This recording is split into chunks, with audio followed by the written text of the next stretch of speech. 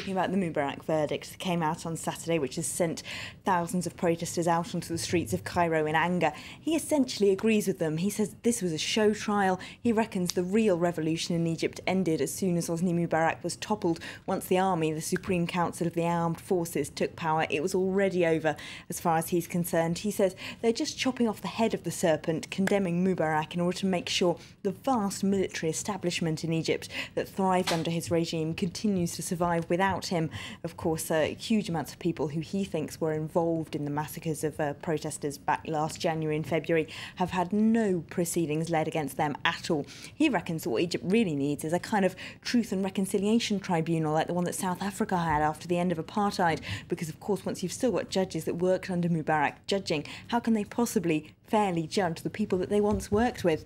Over in Egypt, the paper Al Masri Al Youm has a pretty similar take on things, but they also say that both candidates for the presidency now are equally compromised in different ways. Of course, Ahmed Shafiq, former Mubarak Prime Minister, lots of commentators saying that if he becomes president, the revolution will have been pointless. It will go back to nothing. The liberties that Egyptians have won have a high possibility of being taken away. But in that article, they say the Muslim Brotherhood candidate Mohamed Morsi would be no better because he's so polarising. The Muslim Brotherhood have really contributed to a vast fragmentation of those Egyptian groups that unified to push Mubarak out. And it's just this fragmentation that has allowed pro-Mubarak forces to keep their hands on power.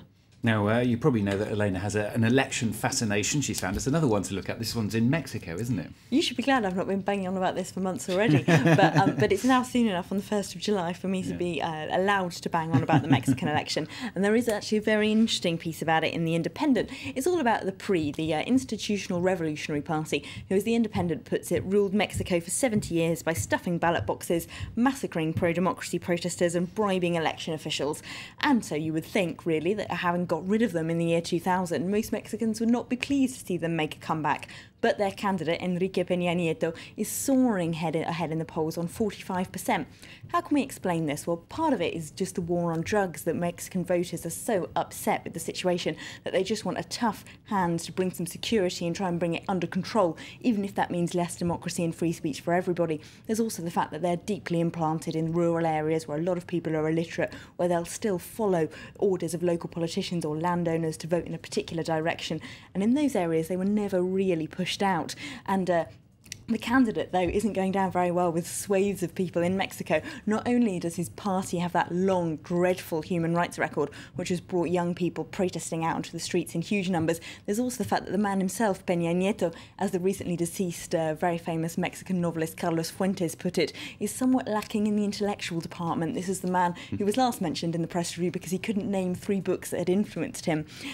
Famous for being married to a telenovela actress, not necessarily the most heavyweight person that Mexico needs to lead up its economy, but it still looks like he might well win. The nearest candidate behind him, Andrés Manuel López Obrador, the leftist, who many in Mexico would say actually won the last election but had it stolen, is miles behind with 27%. And the last one you pulled out is certainly nothing to do with elections whatsoever, because it's about the Queen and the Jubilee coverage. Yep, got to have some Queen, but as The Guardian puts it on its front page, it was a royal washout. It poured down yesterday in London, but nevertheless you got that rather spectacular flotilla of boats sailing up the Thames and across the Guardian's front page. Guardian, of course, quite a left-wing paper. You might expect it to be rather Republican in its editorial today. Actually, they're hedging their bets. They're not too anti-royalist today. They say at least it was a beautiful celebration, but it's hard to see if the nation that it was meant to celebrate really exists. The Independent, for its part, has interviewed some Republican demonstrators who took to the banks of the Thames for their part with big placards saying "Make Monarchy History" yesterday. They have also written a good piece in the Huffington Post, which is worth a read, saying that the Queen represents all of the worst things about modern Britain, all of its inequalities, according to that writer, and it makes Britain a prisoner of its past, stopping it from being able to look forward. One group of people trying to hold on to one part of cultural conservatism who aren't doing very well either, according to The Independent, are a group called the Defenders of the Queen's English, who are being forced, according to The Independent, to disband after only 22 people went to their last meeting. So journalists should be concerned about this, because as The Independent puts it, people who use and misuse and abuse semicolons and apostrophes will be even more free to do so without groups like the Defenders of the Queen English to stop them. Probably half the people in that meeting were here from France 24, I suspect. Well, we're very careful about our use of apostrophes and semicolons, of course. We do our best. Elena, thanks very much. Elena with the international papers on France 24. Let's remind you of the headlines then. At least 150